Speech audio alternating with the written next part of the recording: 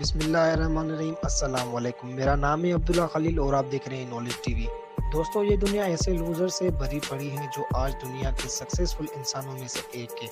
आज हम आपको ऐसे ही कुछ लोगों के बारे में बताएंगे। मजीद डिस्कस करने से पहले इस वीडियो को लाइक करें, नॉलेज टीवी को सब्सक्राइब करें एंड बेल आइकन पर जरूर क्लिक करें।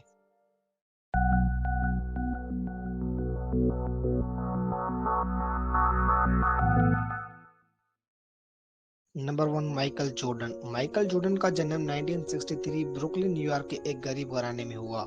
माइकल जब 15 साल का था तो उसको स्कूल के बास्केटबॉल टीम से निकाला गया था। माइकल ने खुद को रूम में बंद कर लिया और सारा दिन रोने के बाद उसने ये फैसला किया कि वो एक मशहूर बास्केटबॉल प्लेयर बनेगा। और आज माइकल सिर्फ अपने मुल्क का ही नहीं बल्कि पूरी दुनिया का बेस्ट बास्केट प्लेयर है। माइकल जॉर्डन ने एक इंटरव्यू में कहा कि उसने 900 शॉट्स, 300 गेम्स और 26 ऐसे मौके जाया किए हैं जो मुझे लगता था कि मैं कर लूंगा लेकिन मैं मिस कर गया।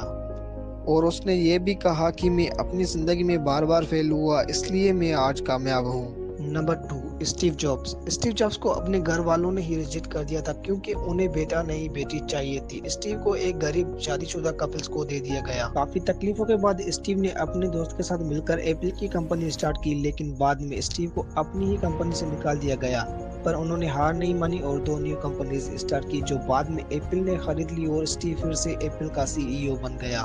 Number 3, Jack Ma. Jack Ma school में 3 बार फेल हुआ और जैक मा को 30 डिफरेंट जॉब्स के इंटरव्यू में रिजेक्ट किया गया। जैक मा ने केएफसी में भी जॉब के लिए अप्लाई किया था। उसके अलावा जैक मा ने पुलिस में भी अप्लाई किया था लेकिन रिजेक्ट कर दिया गया। काफी तकलीफों के बाद जैक मा ने अपनी कंपनी स्टार्ट की। धीरे धीरे वो सक्सेस हो गई और आज जैक मा दुनिया के अमीर तरीन इंसानों में से एक है। तो दोस्तों, ये थी हमारी आज की टॉपिक। अगर आपको हमारी वीडियो पसंद आई तो कमेंट में अपनी राय का इजहार ज़रूर करें और हमारे चैनल नॉलेज टीवी को सब्सक्राइब करें एंड बेल आइकन पर ज़रूर क्लिक करें ताकि हमारी हर आने वाली नई वीडियो आप तक पहुंच सके। तो दोस्तों, मिलते हैं नेक्स्ट वीडियो में, तब तक के लिए अल्लाह हाफिज़।